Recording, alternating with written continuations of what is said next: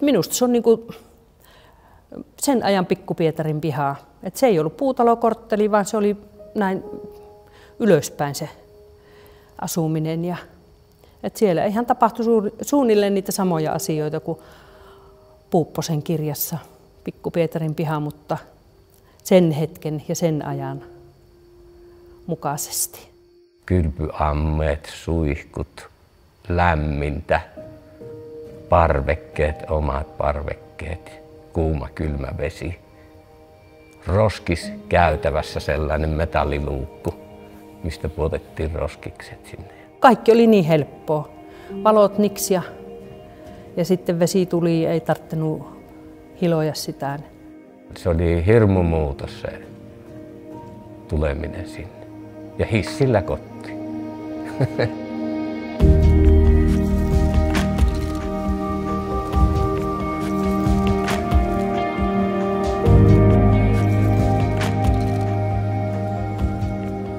Me asuttiin Löntutin kavulla Männistössä, tämmöisen pienen rintamamiestalon yhdessä päädyssä, omistaja asui toisessa päädyssä ja Ullakolla asuu vielä yksi 5-henkinen perhe. Ja se oli hellahuoneet ja ulkovessa ja niin päin pois ja haltekseinät. Järkyttävän kylmä asunto. Meidän perhe muutti semmoisesta Niiralasta hellahuoneesta, yksi huone, jossa oli puuhellapöytä ja veettävä heteka. Niin pienestä asunnosta meitä oli 4 henkeä. Meillä oli aikaisemmin 1 huone ja kammari, tai keittiö ja kammari. Ja 3 lasta, niin oli todella ahdasta. Ja siellä asui vielä välillä Hetamummikin alkuaikoina. Ja sitten kun mentiin tänne pistetalolle, niin siellä oli monessa perheessä niin vielä enemmän lapsia ja asuvat kaksioissa ja jopa yksiössä. Se tilaan tuntui, vaikka eihän ne kauhean isoja loppujen lopuksi tätä nykyään, kun ajattelet asuntojen kokoja, niin kaikille löytyi se oma nukkumatila. Toki oli niitä vedettäviä hetekoita, kun teilläkin on ollut. Teillä oli kerrossängytkin. Mutta niin, olikin 2 kerrossängyt, eli kun on sitä porukkaa paljon ollut, niin eihän siinä tietysti sopinut vetämäänkään niitä sänkyjä lattiapinta-alalle. Eli kaupunkilaisista näistä hellahuoneista tulijoista, Niiralasta, Männistöstä, kantakaupungista, puutalokortteleista. Sieltähän se väki tuli sinne. Ja oli perheitä, jopa 10-lapsisia perheitä, ja ne asui niissä huoneistoissa, joita oli 1, 2 ja 3 oli isoin, 57 neliö oli se parvekkeella oleva kolmio. Ja niissä saattoi asua 10 lasta. Vaikka meilläkin niin kuin, silleen pienet neliöt oli, ei se koskaan tuntunut, niin kuin, että meillä on niin kuin ahasta tai muuta. Minusta oli meidän kylpyhuone aivan ihana, tai vessaksi sitä silloin sanottiin. Niin kuin siellä oli se vanna ja sitten ihana se suihku. Se oli kuin puhelin, me soitettiinkin joulupukille aina sillä puhelimella silloin aina ennen joulua, niin luultiin, että sillä pystyy, niin kuin kerrottiin, ei siltä kukaan koskaan vastannut. Mutta, ja sitten isompana tehtiin sitä, että kun toinen otti sen luurin, niin äkkiä hana auki, että korvaan meni vettä. Sinänsähän se oli hurja muutos, kun muuttaa tämmöisestä puutalokorttelista, jossa on rottia, jossa on vain kylmä vesi ja meitä oli siinä korttelissa niin noin 10 asukasta, niin ehkä 4 oli sisävessa. Meillä oli sisävessa pesulan kanssa yhteinen siellä asunnossa. Eli me oli totuttu vessaan, mutta minä voin sanoa, että valtaosa näistä asukkaista niin tulivat, että heillä oli ollut ulkokäymälä. Minä muistan sen päivän, kun minä sinne muutin. Niin menin sinne ulos ja heti tulee semmoinen hätääntynyt poika, jotakuinkin minun ikäinen, jolla on niin kuin tällaiset narusta tehdyt valjaat, että hän oli olevinaan ravihevonen, eikä hänellä ollut ohjastajia. Että se niin kuin määräsi minut, että sinä rupeat ohjastajaksi. Sen jälkeen ajettiin semmoisen hirmu ison 5 talon alla olevan kivipaaden ympäri ravikilpailua. Ja en muista miten pärjättiin, mutta aika tyytyväinen hän oli. Hän on tänä päivänä minun parhaita kavereita. Ei se teini-iässä ollut, vaan se oli jo vähän aikaisemmin. Siinä oli se ammattikoulun ja meidän talojen se Raviradantien välinen metsä. Niin sinnehän me tehtiin aina semmoinen sirkus.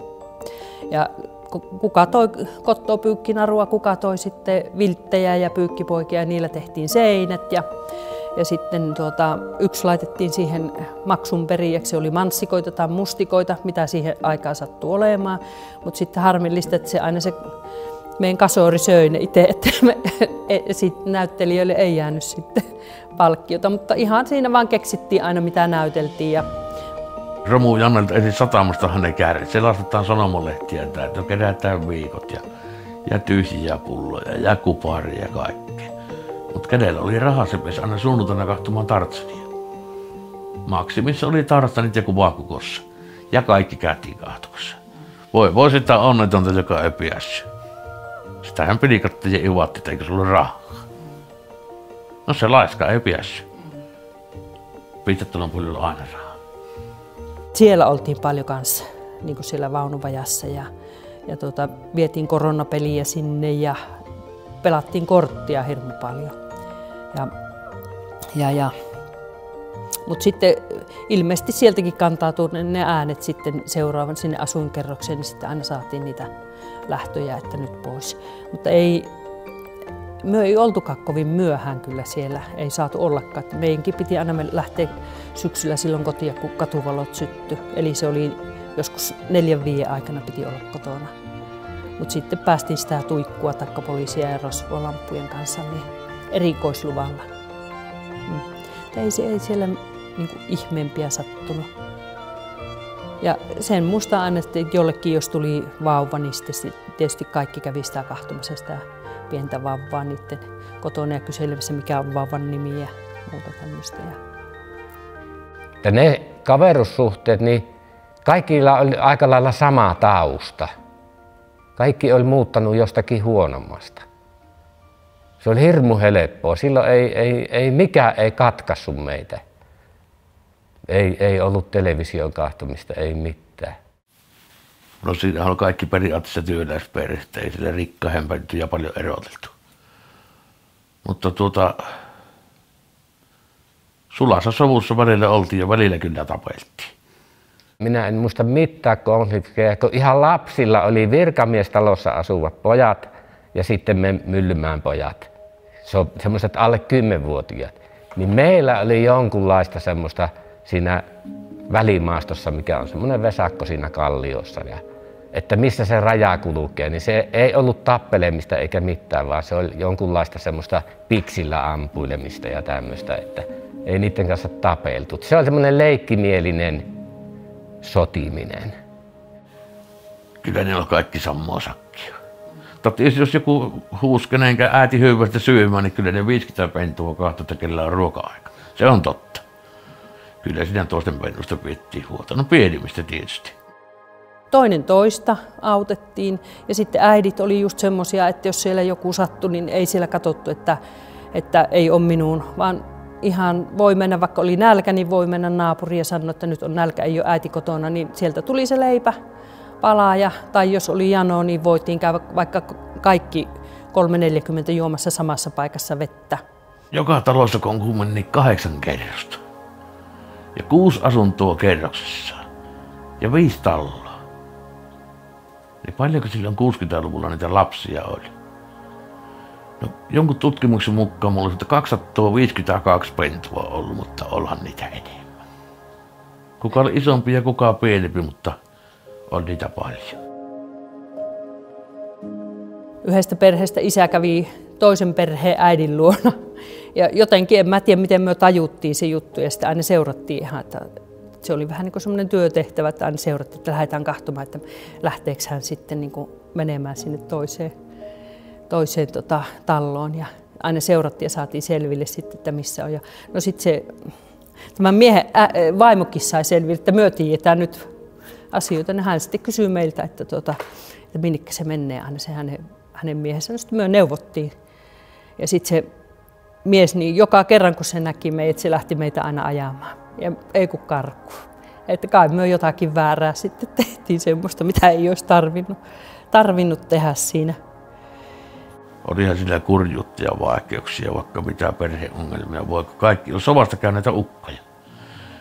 Niin kyllä monelta pojalta persistä nahka lähti. Mutta eihän sen parempaa nuoruutta ja lapsutta monella ole, vaikka se oli vaikeaa. No varkauksia oli semmoisia sitten, että minunkin isä säilytti joskus aina kirkasta pulloa siellä kylmäkellarissa. Niin sitten rupesi häviämään jossakin vaiheessa kuulemaan niitä pulloja siellä, mutta sitten teinit oli vähän niin kuin humalassa, että ne varmaan oli niitä kokeiluja nämä. Siellähän oli, sanotaan, kaikenlaisista luonteista ihmisiä, myös kavereita. Ja silti ne oli niin kuin mäenpoikia. Että jos se jäi kiinni jostakin rötöksestä ja näin, niin siltihän se on niin kuin meidän poikia ja meidän kavereita. Että ei se nyt varsinaisesti puotettu pelistä pois, eikä hän klikkiytynyt toisten vähän jännempiin poikiin kanssa. Että kyllä niille aikaa uhrattiin ihan samalla tavalla kuin sitten niille hyville kavereille. Meidän iskät kun tuli aina myötälaitasessa kotiin tilipäivänä, nähtiin sitä puolta ja sitten nähtiin, että äitit auttoi toisiansa ja itkivät ja nauroivat omat asiansa ja nähtiin sitten tuolta yleiseltä parvekkeelta vähän niin kuin sukupuolivalistustakin, kun siellä oli verhot vetämättä ikkunasta. Me oltiin sen verran ylemmällä parvekkeella, nähtiin alaspäin, että hyvänen aika, mitä siellä tapahtuu. Se yhdisti myös se suru ja ilo ja kaikki pystyttiin jakamaan ja kuitenkin oltiin niin kuin, tavallaan kunnioitettiin toinen toisiamme. Että se on ollut mun mielestä hirmu tärkeä juttu. No. Ja se kantaa tänne elämään. Niin. Mä muistan aina, kun tuli se tieto siitä pyöräonnettomuudesta, niin me alapihalla seistiin ja otettiin, kun sanottiin, että se on viety sairaalaan. Se poika ja tämä, joka kaatui siellä Soramontulla. Niin, eikä siitä kauan mennyt sitten, samana iltana tuli sitten viesti, että niin kauan odotettiin siinä, että kun joku heidän omainen tulee kotiin, niin kun hänellä oli sisaruksia. Kyllä se oli semmoinen paikka, hyvä paikka kasvaa ja semmoinen turvallisen tuntunen ja just kun oli kaikki niin kuin sen ajan mukavuudet siinä, tuntui kaikki niin helpolle ja hyvälle ja kivalle ja just se, että aina oli niitä kavereita ja aina oli tekemistä, niin kuin, että ei ollut sitä, että olisi niin kuin tuntenut itseensä yksinäiseksi koskaan. Näissä kaveruussuhteissa on semmoinen katko, kun tullaan aikuiseksi. Niin kaikki pölähtää, iso osa opiskelemaan, sitten tulee Puijonlaaksot, Kettulanlahdet, Saarijärvet, A, B, Särkilähet, kaikki nämä Särkiniemet ja kaikki tämmöiset, ja Neulamäki. Hävitään sinne. Ja sitten joskus tavataan jossakin kupsin pelissä, hei terve, ja sillä lailla. Ja nyt myöhemmin tavataan, kun pyöreitä vuosia täytetään. Niin sitten tulee aina kaveri kuhtuu sitä, että sekin on mäen jätkä, entinen mäen jätkä. Osa lähti pitkälle, eikä niitä ei muista eikä tunne tänäpänä kaikki. Joskus sattuu joku tuttu mies tai nainen törmä, että ootko sinä pistetalon poikia? No, minä se vasta oonkin, ootko sinä? Me asuttiin siitä 78, en minä sinua muista. Eikä voi kaikkia muistaa. Meitä on suomeksi sanottuna aika helvetisti. Ne on just niitä, milloin minustakin tuli semmoinen kuin tuli. Ne on ne vuodet, mitkä minä olen hirveästi arvostanut sitä, että minä asuin Myllymäellä. Se on mulle tärkeä juttu. Semmoista sosiaalisuutta ja yhteenkuuluvuutta, niin ei sitä ole sen koommin ollut missään porukassa. Ja sen takia niitä niin mielellään sitä tapaa myöhemminkin vielä.